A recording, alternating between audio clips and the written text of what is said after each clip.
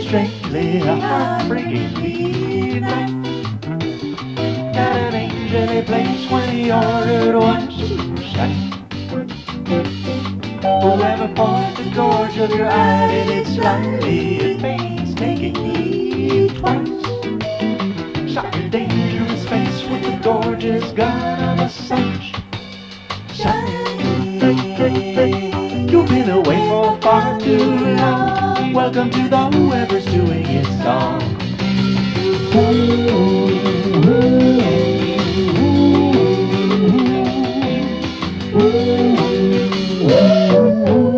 Whoever's doing it.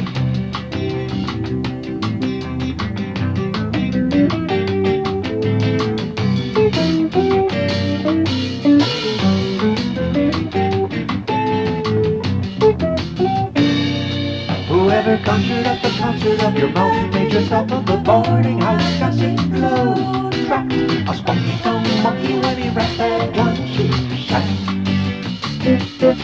Whoever labored for the favor of your walk off the shock of his lordly like struck life slow. After you make a traffic smoke, junkie go and slap some fun on his nut. You've been away for far too long. Welcome to the whoever's doing it song.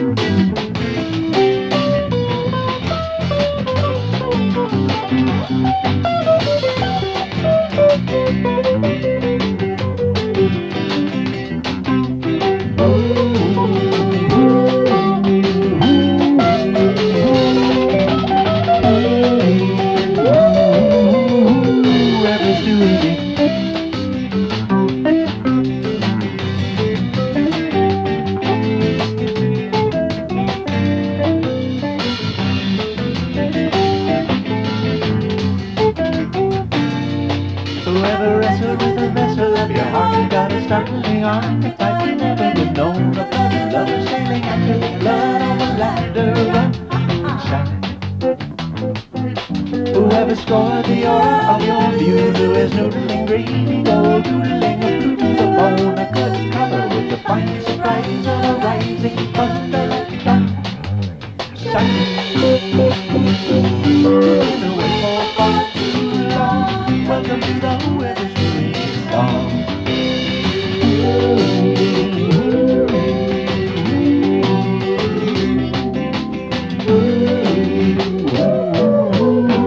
Whoever's doing it. You've been away for far too long. Welcome to the whoever's doing it song.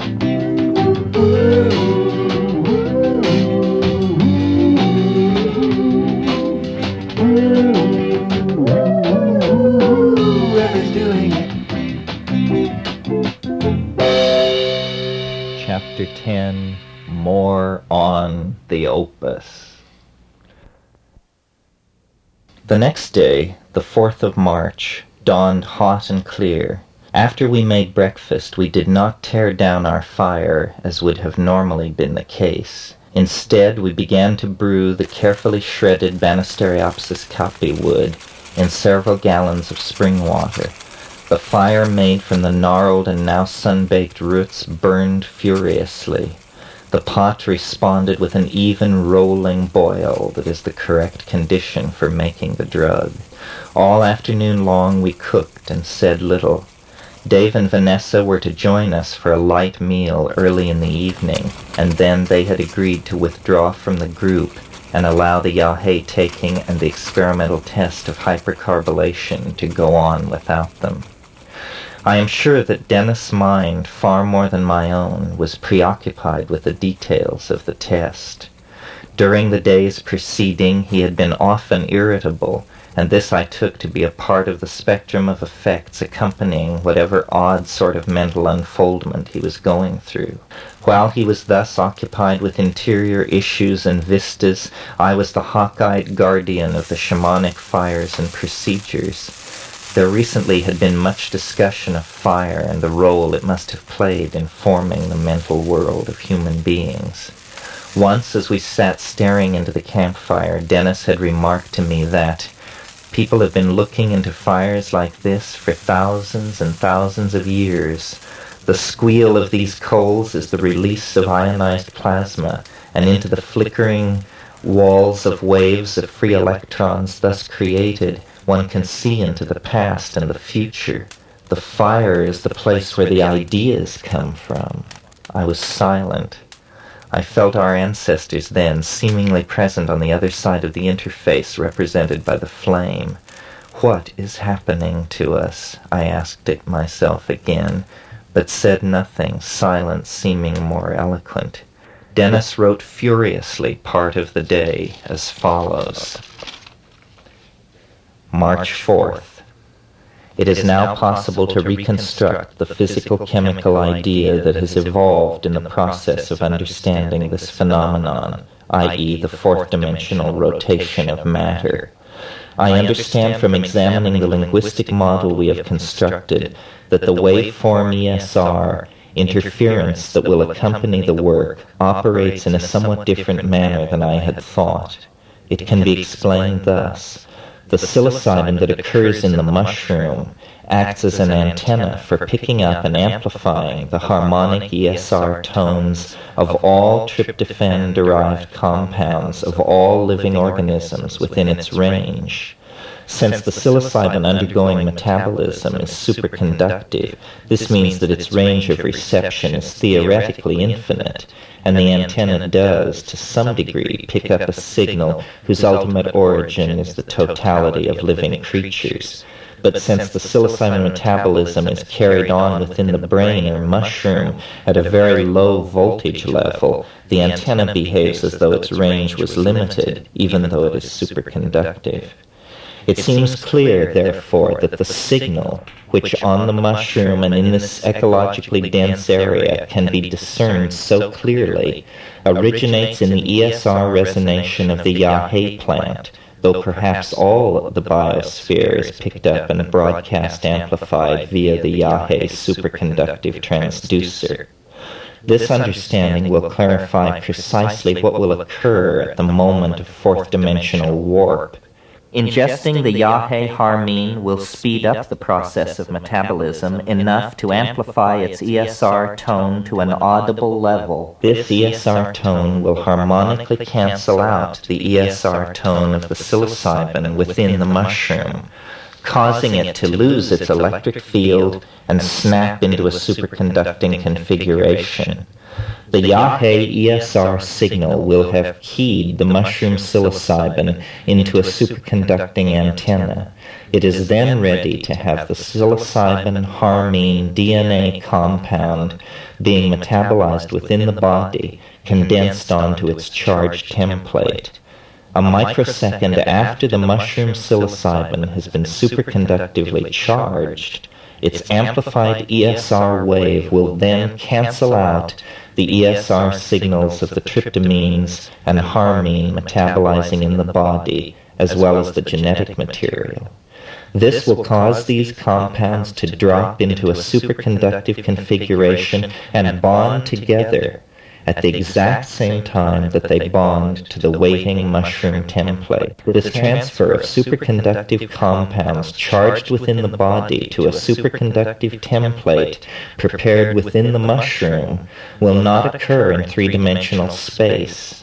No actual physical transfer will be visible, as the organically processed superconductive material will bond itself to the mushroom template through a higher spatial dimension. The result will be the work of works, that wonder which cannot be told, 4 dimensions captured and delineated in 3. The stone will be all things, but the elements which are bound together in hyperspace to form it are among the most common natural products, and the function and place of each in the stone can be understood. The stone is a solid-state hyperdimensional circuit that is quadripartite in structure. First, psilocybin, charged in the mushroom to act as a template on which the rest of the circuit is condensed. In the final stone, the psilocybin acts as a superconducting antenna to pick up on information diffused through space and time. Second, the superconductively charged harmony complex within the stone will act as its transmitter and energy source. It is interesting to note that the same energy that sustains the antenna circuits in superconductivity will sustain the whole of the device. The third component of the stone is the DNA bonded to and resonating through the harmene. It will constitute the hyperdimensional holographic memory of the device and will contain and explicate the genetic history of all species. It will be the collective memory of the device, and all times and places and conceivable forms will be accessible within its matrix. The fourth part of the circuit will be the RNA, which will also be superconductively charged. Through its function of self-replication turned through hyperspace, the RNA will be able to project a waveform, three-dimensional holographic image, and thus it will give form instantly to any idea. It will perform the same function it has always had, the process of replication through time, but henceforth replication will be subject in part to the whim of consciousness. Why I and my companions have been selected to understand and trigger the Gestalt wave of understanding that will be the unleashing of the hyperspatial zeitgeist is becoming more clear to me each moment, though I know I won't understand our mission fully until the work is complete. We will be instructed in the use of the stone by some infinitely wise, infinitely adept fellow member of the hyperspatial community. Of that I feel sure. It will be the taking of the keys to galactarian citizenship.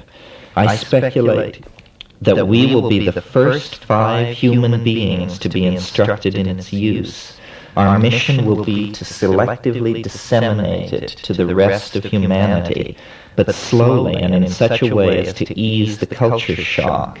It is also somehow appropriate that at least some segment of the species have an intimation of the implications and possibilities of this, the last cultural artifact. And so now, against all probabilities and chance and circumstance, my companions and I have been given the peculiar privilege of knowing history will end. It would be a strange position to find oneself in if being in that position did not bring with it a full understanding of what forces it was that brought one there. Fortunately, as the phenomenon is an acceleration of understanding, one gains clearer insight into the forces that have bent space and time and thought and culture back upon themselves to focus them at this point.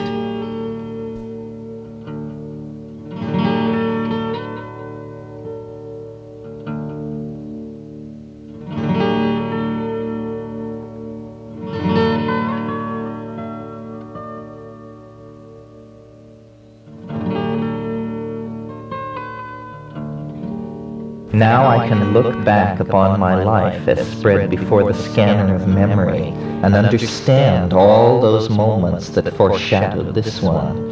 It is easy to look beyond the personal history to the events of history and discern therein the prefiguration of this last moment. As a phenomenon, it has always existed, and it will continue, for it is the moving edge of phenomenal understanding that was generated in the era before physics and has gathered momentum, a constant acceleration, ever since. What we are moving toward in 3 dimensions is the passing of this wave of understanding into a higher dimension, the realm of the atemporal.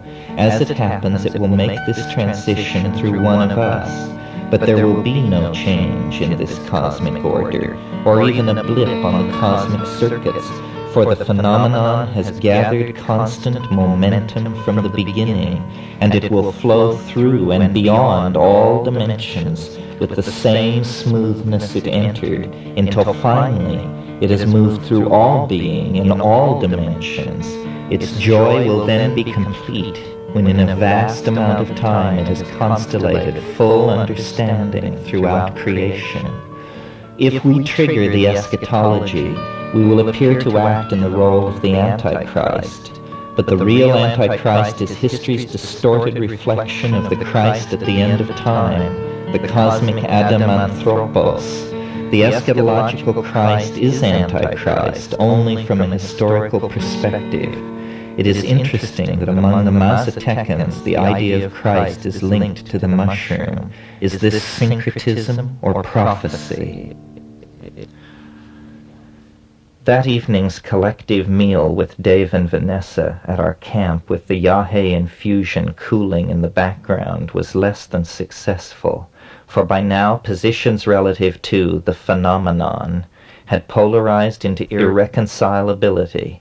They arrived near the close of day and joined us in the hut for a smoke.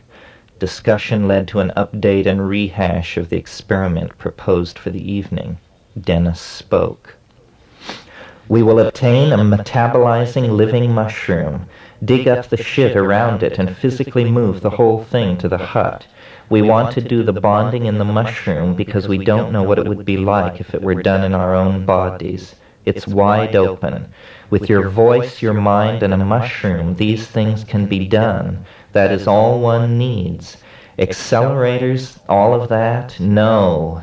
With the energy that is hundreds of times less than the energy in an ordinary flashlight battery, one can probably rend space-time apart. The air was heavy with charged ions. Dave was full of doubt. As he talked, there was the grumble of distant thunder far off over the jungle. Dave's objections to what we were doing were emotional and fearful, hardly what we expected from a colleague. We tried to be reassuring, but he became agitated and rushed out of the hut, perhaps, we thought, intending to walk back to the river house. Instead, we heard an exclamation of fear and a kind of moan, a yell for us. We all clambered out of the hut to find Dave white-faced and staring at the sky, pointing. The light of a first-quarter moon revealed the tattered sky, and directly above the path returning to the river was an enormous black thunderhead rearing its twisting and writhing form up through thousands of feet of moisture and electricity-saturated air. It looked like an enormous whirlwind with broad strokes of lightning flickering out of its lower portions, touching the tops of the jungle canopy with a roar that was as deafening as field artillery when it broke over us.